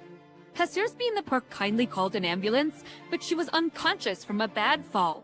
I tried contacting you multiple times since then. My calls weren't blocked and the phone rang properly. He didn't answer because it was from me, right? But didn't you think something was wrong with the unusually persistent calls? My mother-in-law was unresponsive as I spoke. It was likely something my mother-in-law was aware of. She probably thought, just ignore it. It's only a call from her. She likely never imagined that her malice would lead to something so serious. I pressed on, revealing another harsh truth. Another truth was that the funeral had already taken place. My sister-in-law and her husband had to make the decision since they couldn't reach my mother-in-law. There was a suggestion to conduct only the wake initially and wait for my mother-in-law's return for the funeral. However, due to the significant emotional impact on the children who were present and my sister-in-law's strong will, they proceeded with a one-day funeral without her. The children are still receiving care for their emotional well-being. Saying goodbye to my niece might help them find some closure. I agreed with this approach.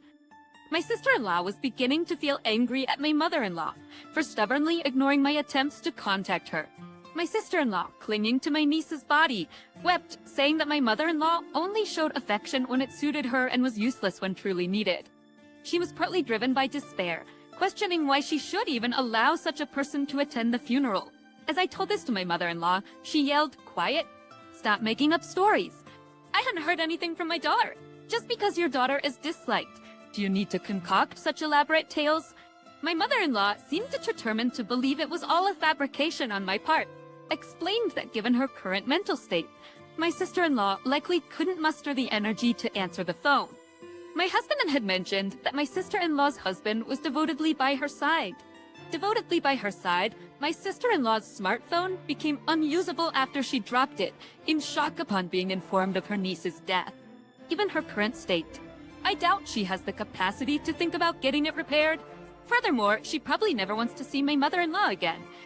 Finally, it seemed my mother-in-law realized that everything I had told her was the truth. Why does my dear granddaughter have to go first? Why is your daughter still alive? She lamented, blaming her regretful actions on my daughter and spewing her anger. She then locked herself in her room and didn't come out for the entire day. Since my niece's passing, laughter had vanished from our home. My daughter was deeply blaming herself, believing it was her fault for not keeping the promise to return home first. It's a matter of what ifs. But indeed, if my daughter had gone home first as I told her, perhaps my niece's fall might not have happened. Going straight home from school without any detours was a request and a promise that was emphasized by the school my daughter attends. However, how many children actually kept that promise? In fact, there had been times before when my daughter had made detours, but I refrained from being too strict about it and turned a blind eye. Both my husband and I comforted my daughter, assuring her that it wasn't her fault. Moreover, my sister-in-law's husband also told my daughter not to blame herself, saying it wasn't solely her fault. Despite this, our home couldn't return to its usual state filled with laughter. Concerned about my daughter's well-being, I'd taken time off work, but my husband had to return the day after the funeral. Usually, my daughter would greet him when he came home, but she didn't have the energy for that yet. When my husband returned, he understood the situation just by looking at my face. It had been a week since my daughter started refusing to go to school. Actually, since my niece's death, there are other children too shocked to attend school. My husband and I decided to watch over our daughter and wait until she feels ready to go to school on her own, after sending my husband off. I contacted my workplace to request an extension of my leave. By the second week, my boss's tone had grown heavier. While he didn't say no, his hesitant response made me feel that further absence could change the atmosphere at work. Still, I believed prioritizing my daughter was the right thing to do at this time. At noon that day, I prepared lunch for my daughter and my mother-in-law. My mother-in-law said things like, "I don't want to eat," or "I'll eat if I feel like it," so I decided to just leave her portion outside her room. She had stopped showing up at the dining table when my husband wasn't there, saying she didn't want to see the faces of my daughter or me. My husband said to just leave her be, so I did. However, with my daughter, I couldn't do the same. Sometimes, if she didn't come out of her room, I would insist she eat at least a bit, even in a stern tone. But on this day, she surprisingly came out of her room quickly, as if she was about to leave her room even before I called her. She seemed to be coming out of her room even before I called her. Look at this. When our eyes met, she showed me several letters she was holding in her hand.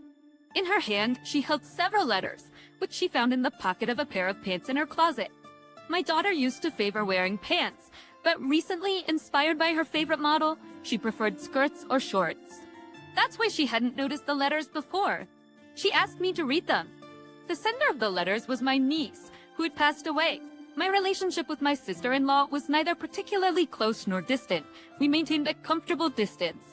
Given that my daughter and niece were close, we used to have family interactions, especially when my father-in-law was alive. However, once we took in my mother-in-law, who began to differentiate between niece and my daughter, my sister-in-law's family started to keep their distance. The letters contained heartfelt pleas from niece to my mother-in-law, asking her not to speak ill of my daughter. Niece loved my daughter and wanted my mother-in-law to see her good qualities too. When niece visited our home, she wanted to play happily with my mother-in-law and my daughter. Every letter reflected her earnest wish for the repair of the relationship between my mother-in-law and my daughter. It seemed niece was aware that my mother-in-law unfairly disliked my daughter. My grandmom always says mean things to me when I played with her. Every time, she used to defend me, but Grandma never stopped. My daughter told me in tears, revealing the complex relationship between the young children and my mother-in-law. On that day, we were playing in the park. Grandma came and said to me my daughter recounted. She told me not to come home until it gets dark. She said that when I returned, she would tell you that I broke our promise and took a detour. Then she took a keychain that my daughter cherished from her backpack and threw it high up, where it got stuck at the top of the playground equipment.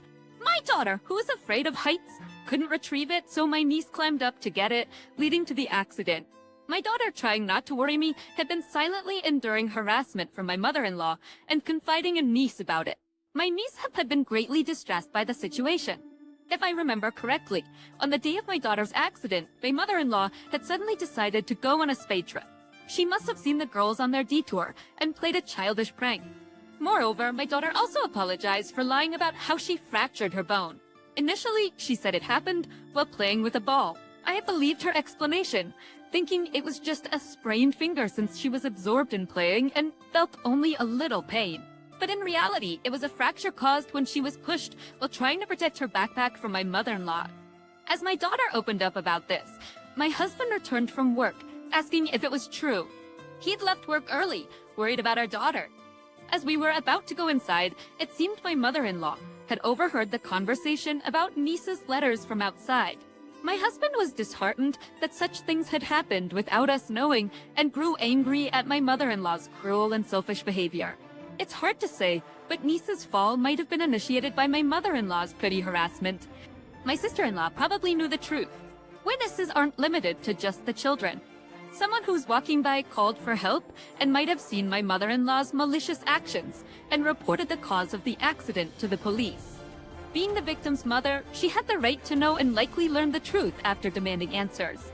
That's probably why she resisted having my mother-in-law at the funeral. When the full story was revealed, suddenly we heard crying. Running towards the sound, we saw my mother-in-law coming out of her bedroom, crying like a child. I didn't mean to be sneaky.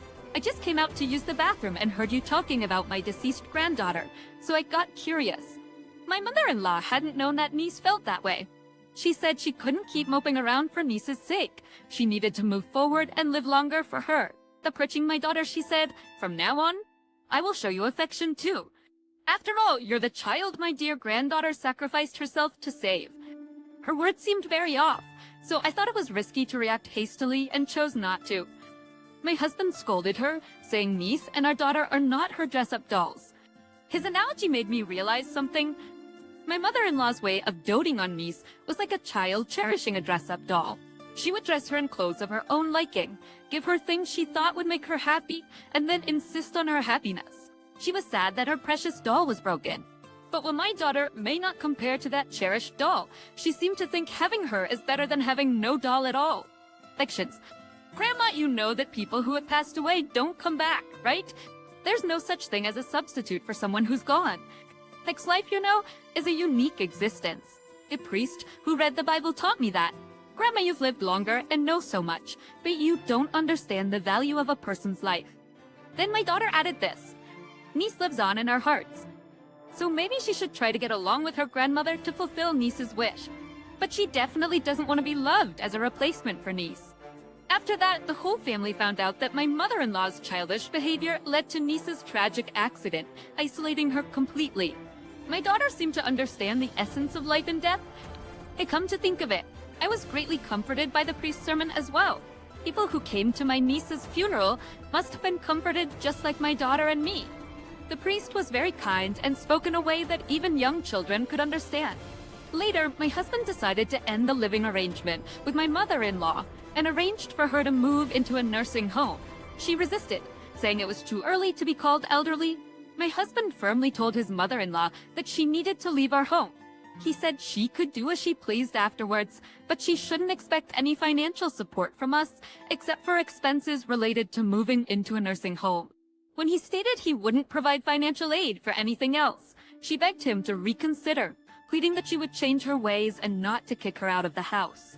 That's the money from the sale of the family home, which was intended for her future needs, hadn't been touched yet. However, she'd been recklessly spending it, assuming it was her money and that my husband would take care of her. My husband decided that he was willing to pay some out-of-pocket expenses for his mother's nursing home admission. He also mentioned that he had no intention of covering any expenses beyond what was needed for her nursing home admission. He had also said that he was tired of being asked about the money all the time, which was a major reason for his decision. I was very much in favor of the decision my husband had made. So even when my mother-in-law clung to me, saying I was the only person she could rely on, I did not listen and busily carried her belongings outside, consigned to being evicted from our home. My mother-in-law asked me to find her a job. My mother-in-law had never worked outside the home since her marriage.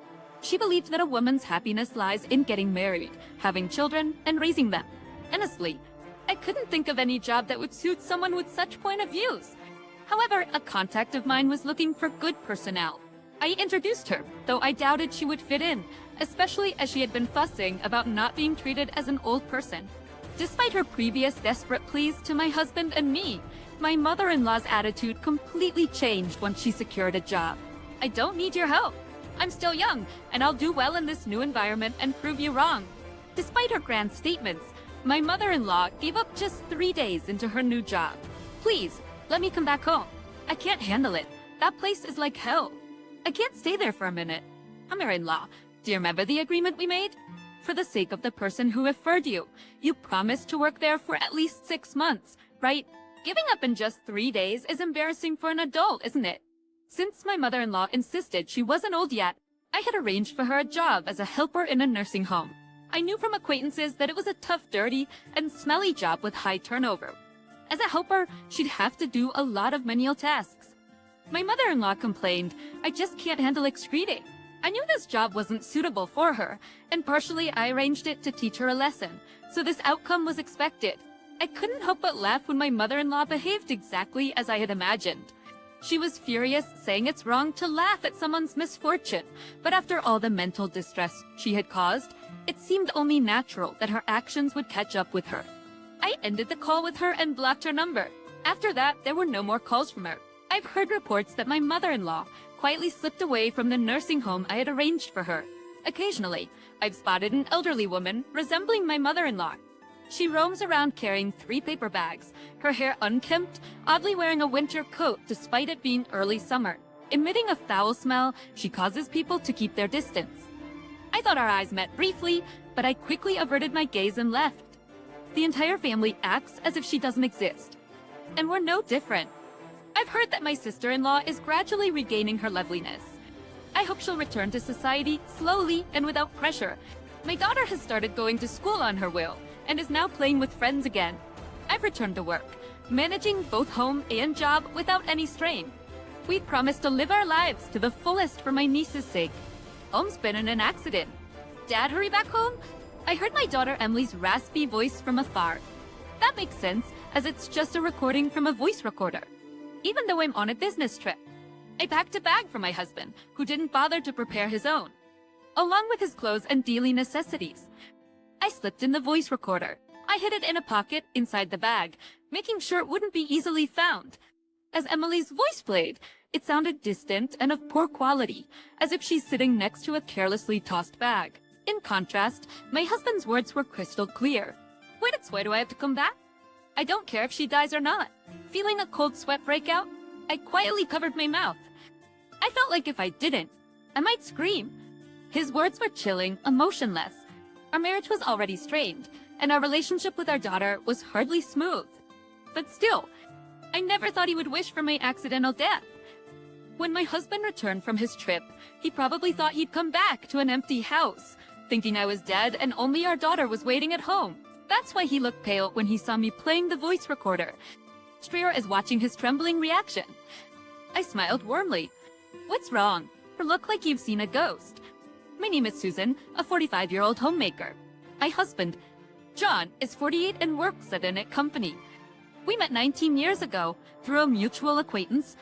John and I hit it off immediately and got married a year into our relationship. The following year, I became pregnant at 28. We named our daughter Emily and then decided to raise her with love. She was adorable, and my husband was utterly smitten with her. Hey, if you're this smitten, what will you do when Emily brings home a boyfriend? Well, Emily's just a baby. Don't talk about boyfriends. Surprisingly, it'll happen sooner than you think. No way! I won't accept it. We were a happy family of 3. But as living on my husband's salary alone became difficult, I started working from home, balancing housework and childcare. In doing so, I began learning about stocks, earning a modest profit. Initially, I was drawn to phrases like recommended for beginners and anyone can earn, only to learn the hard way that nothing comes easy. However, with proper study and approach, the stock market wasn't entirely unreasonable. Jim invested within limits to avoid impacting our household finances, so quick riches were out of the question. Even with my earnings and stock dividends, our savings never grew. It wasn't that my husband's salary was extremely low, but our savings just didn't increase. In fact, some months we were in the red. The reason was Emily, now a sophomore in high school. It's around the time I expected. I heard the front door and knew she was back. I immediately went to the entrance and showed her the credit card charges that had come to my phone. Emily, you spent money on online games again, didn't you? And you even bought new clothes. I give you an allowance, so manage within that limit at the end of the month to transfer money to the bank for the credit card bill. I opened the credit card app and was shocked. There were many unfamiliar charges, totaling over $2,000. All of them were either game charges or from clothing stores I never use. Since the payments were made from my husband's card, at first, I suspected him of infidelity. However, he doesn't play games much, and I found clothes in Emily's room from the same stores listed on the statement. It's unbelievable. You spent this much again. This wasn't the first time Emily had overspent like this. She got her first smartphone in 4th grade. Initially, it was just for communication, but in middle school, she became obsessed with online games. When she first asked if she could spend money on online games, I said, as long as it's within your allowance. But she got more and more into the games and started charging without telling me. I told you, if you charge games without permission again, I'm taking your phone away. When I said that, Emily shouted back, "Shut up, you old hag! Don't talk to me about money when you don't even work." What did you say? This card is Dad's, right? I'm using his money. Don't act all high and mighty, you jobless hag. Emily stood up and shoved my right shoulder hard. I stumbled and fell on my behind, and she looked down at me with cold eyes. The first thing I hear when I come home is you're yelling. It's the worst. Ugh! I hate coming back to this house. Wish you'd just disappear. She grabbed her bag and kicked my foot. Then she stomped upstairs to her room. We're alone in the entrance. I let out a heavy sigh. Emily wasn't always like this. She used to sulk when scolded, but she understood the abnormality of spending her parents' money without permission. There was a time when she'd check what was within her allowance. But around the time she entered middle school, she began to treat me with this arrogant attitude. This isn't just typical teenage rebellion. The root cause is my husband. The first time I discovered Emily had secretly spent a lot of money on online games. I asked my husband to talk to her when he got home from work. He let out a small sigh and said, "Huh? It's fine, isn't it? If Emily wanted to buy it, let her have it. Didn't you say you didn't want our daughter to feel deprived?" Was that just talk? I do mean it. But spending $1,000 or $2,000 without telling us is different. That's a month's worth of groceries. What, don't you love your daughter? Of course I do.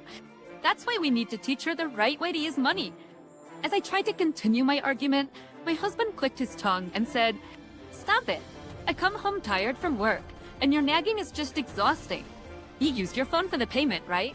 Since it's my money, Emily, just be quiet. I'm going to take a bath first, so get dinner ready." Instead of scolding Emily, my husband criticized me for being harsh. Even after that, I tried several times to have discussions with both my husband and Emily about her spending habits.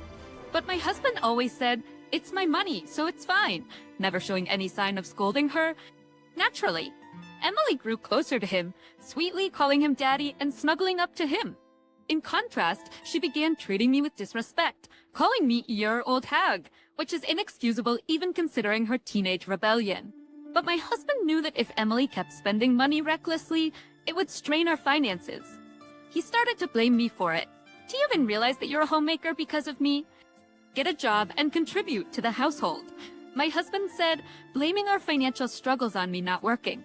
Despite me showing him the statement right in front of him, proving I made over $2,000 this month from my work-from-home job and stock trading, he still treated me like a mere money spender. He also relied on my income but insisted on treating me like a full-time homemaker, pushing all the household chores onto me. Gradually, he began to order me around in a curt tone. Naturally, Emily treated me the same way, as if I were just a maid. At first, I fought back, saying I'm not a maid, but nothing changed. Exhausted, I started planning to leave this house. Then, one night after several months of this life, I found a receipt for a designer bag purchase, initially thinking Emily had used it. But I couldn't find the bag anywhere in the house, and during his bath, my husband's phone showed a notification that made everything clear. He bought a designer bag for her. He tells me to save every penny, yet he can easily spend thousands on another woman. When I showed him the phone, it displayed messages with lots of heart emojis, messages about receiving the designer bag, expressing gratitude, suggesting which hotel to visit next, and so on. That's the blatant content, left me with nothing but a sigh. Don't snoop through people's phones. You're a creepy woman. Writes, you who's creepy for cheating. Though he didn't admit to cheating, the overt messages made it undeniable. He yelled at me with harsh words, belittling me. Then Emily came down from upstairs due to the commotion. Hey, keep it down, will you? Emily's scowling gaze was directed solely at me. She must have heard our conversation while coming down the stairs, yet her cold eyes pierced only me. Cheating. More like it was bound to happen. Dad works hard every day, and when he comes home, there's this old hag who's been at home all day nagging at him. It's instead of getting mad about him cheating, why don't you reflect on yourself a bit? Fix on yourself a bit? Emily snorted in disdain and leaned against my husband, wrapping her arm around him. Knowing he had Emily on his side, my husband started calling me a greedy, nagging old hag. I ran out of the room and locked myself in my bedroom. Burying my face in the bed, the tears I'd been holding back spilled out. I planned to leave a little later, but I had reached my limit. I rubbed my red eyes and reached into my drawer. The next day, my husband said he was going on a business trip and left the house. He probably thought I would resist, as he spoke to me with harsh words. I quietly prepared his things for the trip without any argument, and he looked at me, seemingly taken aback. That's right. Just be silent and obey, and I'll keep you in the house. I didn't say a word to him as he left cheerfully, nor to Emily as she went to school. In the evening, I heard the front door open, thinking it was Emily. I ignored it, but I heard voices. I peeked out to the entrance and saw Emily with a woman I didn't know. What are you doing, you old hag? Oh, Mom, come in, don't mind her. Dad's on a business trip, by the way. I know. Oh, right. Of course you do. Emily and the unfamiliar woman were chatting familiarly. Emily called me an old hag and the woman Mom, making it clear what kind of person she was. Aren't you the housemate? You can't even greet guests just like the useless wife I heard about. I stood silently, and both the woman and Emily started laughing mockingly at me. Gross old hag. Just annoying when you talk. Creepy when you're silent.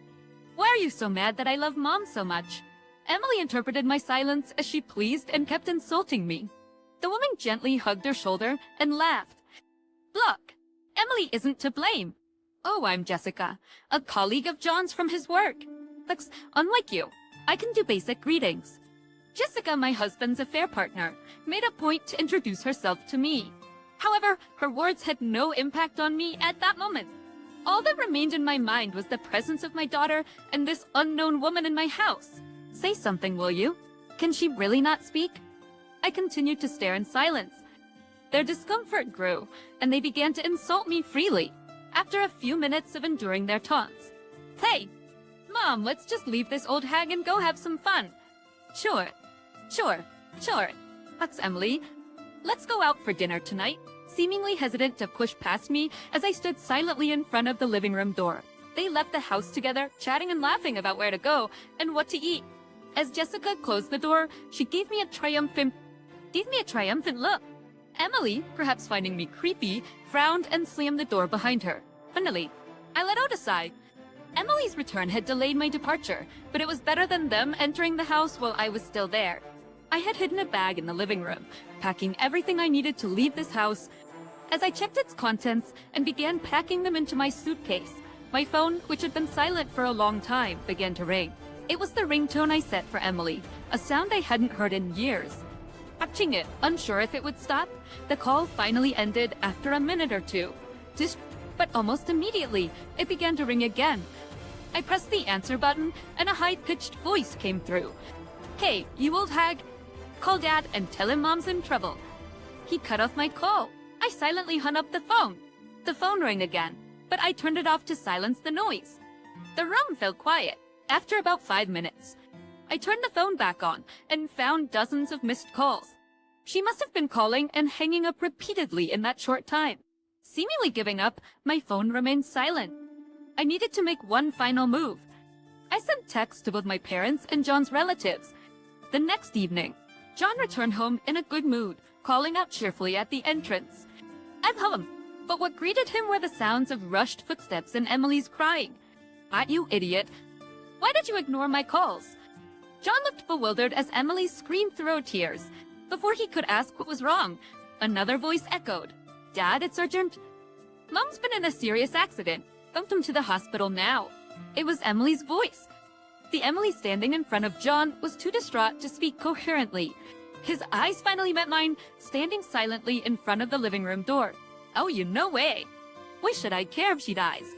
John turned pale and trembled as he heard his own voice. Laughing and joking from the voice recorder I held out, he finally realized the conversation had been recorded. "What's wrong? You look like you've seen a ghost." I spoke to John for the first time in a while, and he gasped sharply, but his scream wasn't because of me. Behind me, my angry parents and in-laws had come into view. Of course, I hadn't been involved in any traffic accident. The mom Emily referred to involved in the accident was Jessica, John's affair partner. Last night, Emily came to the hospital, her face tear-streaked, begging me to contact John. "Besh Mom's in big trouble. Hey, why did you ignore my calls?" "Call Dad for me." Emily was crying in front of me, but I felt nothing. I just silently listened to her complaints. After leaving the house, they apparently headed to the bustling downtown area. Parking carelessly while looking at their phones, they entered a red light. A car managed to stop in time, but a motorcycle swerving around hit Jessica. Jessica was thrown and lost consciousness. Because there were many witnesses, an ambulance was called quickly. Fortunately, they were quickly taken to the hospital, and Emily was able to accompany them. However, at that time, Emily and Jessica were not related by blood. Jessica was in critical condition, and it was late at night by the time she stabilized. During this period, the hospital questioned Emily and, realizing there was no blood relation with Jessica, contacted me as her legal guardian. I went to pick her up and brought her back home. Since then, Emily had apparently been crying in her room the whole time. So, Jessica is. After hearing what happened, the first thing John worried about was his affair partner. This big fool. My father-in-law lunged at John as if to tackle him in the living room. John trembled, making a pathetic sound. You two are shameless, squeezed, unbelievable, committing adultery, and then saying it's okay if your wife dies. John was overwhelmed by my father-in-law's fury, stuttering but in defense. As I watched this small man, I showed them some photos. I also have screenshots of messages and videos. I'll use these to demand compensation from both of you and Jessica. Of course, I'll be filing for divorce as well. Jessica's in a serious condition right now, and you're talking about compensation. You're a demon. It's you who's the demon, hurting our daughter with your selfishness.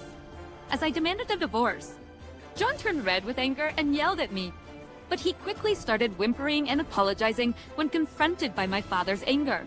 We'll discuss the division of property and custody with a lawyer. Just so you know, I don't want custody. You can meet her. There was a stunned silence. Emily looked up at me with her mouth agape. So, I can live with Dad and Mom now, only if that woman and Jessica agree. Twisted my words. Emily joyfully clung to John's hand. My in-laws and my parents looked down with indescribable expressions. Of course, I'll support Jessica. I'll gladly divorce a cold woman, an old woman like you. Empty. John became bolder with Emily on his side, pointing his finger at me. Immediately, my father-in-law intervened and turned to apologize to me. Susan, I'm deeply sorry for what you've gone through. Thank you for taking care of such a foolish son. Father, what are you apologizing for? Don't call me father. I'm cutting ties with someone like you after today. And you, Emily, have no intention of apologizing to Susan. Why should I apologize? My father-in-law clenched his back teeth and let out a long sigh, his shoulders sagging. Huntley, my mother-in-law, stroked his back. So we're going to lose both our son and granddaughter. It's goodbye to you both. Take care. What? That's Evan, Grandma? What are you talking about? Watching their reaction, my parents nodded in agreement. We never want to see your face again. Lex and Lee, take care of yourself. You're no longer our granddaughter, Grandpa. Emily just stared at my father, bewildered, not understanding his words. Emotional John, without apologizing, quickly left with Emily for the hospital where Jessica was. Afterward, I filed for damages of $60,000 each against both John and Jessica. Though Jessica managed to get the amount reduced with a lawyer, I was content with receiving any compensation. Jessica ultimately survived the accident, but was left with severe lower body disabilities. The situation was entirely her fault, involving distracted walking and entering a red light. The motorcyclist was understandably furious. Jessica maintained that in vehicle pedestrian accidents, the vehicle was always at fault, making negotiations difficult. Working like before is difficult now, with the trouble with the motorcycle driver and the alimony to me. Naturally, she'd want to reduce expenses wherever possible. The three of them initially tried living together, but conflicts arose quickly. John had to work tirelessly as he was the sole breadwinner, and Emily needed to focus on her upcoming university entrance exams. Jessica, with her physical limitations, had to rely on them. As the days passed, stress mounted, leading to heated arguments between John and Emily. How do you plan to live if I don't earn money? Hire a caregiver or something, and you take care of her at night. She's your wife, so you should take care of her. Dad. Money dwindled rapidly, and their relationship deteriorated. Eventually, John and Emily fled, leaving Jessica behind. With no one to provide care, Jessica became eligible for prioritized public services, but her life took a sharp turn from being pampered. Meanwhile, the woman with whom John had an affair, now in a wheelchair, began relentlessly pursuing them. I can't believe I've become like this because of you two. Fix this. I'm even facing alimony demands. Getting involved with you was a mistake. I watched as Jessica, the mistress, not only screamed this outside my house, but also appeared unexpectedly in front of John and Emily, wherever they were. She even barged into the company where John and I used to work together, in a wheelchair, and ambushed Emily in front of her school. Gradually, John and Emily became the talk of the neighborhood, and John finally had to quit his job. Emily was living a lonely high school life. After John quit and lost his only source of income, he and Emily were struggling financially. Why did you quit your job? They'll work. Wait, if you're going to say that, how about you get a job too? John and Emily continued to blame each other. Then you were over. John was having trouble finding a new job, so even Emily's college expenses were uncertain. Fed up with their daily struggles, they moved to a place where Jessica couldn't find them and started living in poverty. However, unable to endure the poor lifestyle, John and Emily came to me after just a few weeks. They came to me in tears, explaining their situation, but nothing they said resonated with me. But as I remained silent, Emily got more heated. She glared at me, stomping her feet in frustration. I am like this because of you. If you hadn't complained about my online gaming and shopping, this wouldn't have happened. Isn't it a parent's responsibility to raise their child? If you had raised me properly, this wouldn't have happened. Excuse me, instead of apologizing. Emily expressed her anger towards me. Had she not even considered her own actions up to this point? Then she said something shocking. I wish you'd been in that accident. Pay up for ruining my new family. I was so shocked, it felt like my brain was shaking. I had been doing remote work and studying stocks, scrimping and saving for living expenses, always putting off buying things I wanted and doing things I liked, cooking and cleaning no matter how tired I was. All the time I had spent on these people seemed like a complete waste, and I felt a surge of regret. I closed the front door. John tried to force his way in, fingers on the door. Give me some money and I'll leave. You're still doing that click-click thing, right? Hand over the money you've earned from it. That's right. You hoarding alimony and making money from stocks must be loaded. Plus, living with your parents? What a luxury. When I heard their words, I felt something snap inside me. Leave. Get out, don't show your face. I'll call the police. My voice was shaking, but I said it firmly. They seemed surprised by my response. John tried to soothe me with a softer tone. Hey, Susan. I'm sorry. My bad. So give me the money. I'm calling the police. Damn it. What the heck? It's infuriating. It's all because of you. John and Emily left after their parting shots. In the end, they were probably only after money and left once they faced a bit of resistance. Emily never once apologized. I had no more affection left for either of them. 2 weeks later, following my parents' advice, I started going to mental health therapy. The betrayal by Emily, on top of everything with John, had left a deeper wound in my heart than I had realized. You hardly talk. Susan, it's not just that you don't, but maybe you can't. You should see a doctor. I was skeptical when I first heard my father's advice, but going to therapy made me realize how much I had been struggling. Through this process, I began to feel more positive bit by bit. My mom cooked my favorite dishes, and my dad bought me things I liked. Their kindness wrapped around my deeply wounded heart. Next now, I'm working hard every day to rebuild my second life in this warm home where I was raised.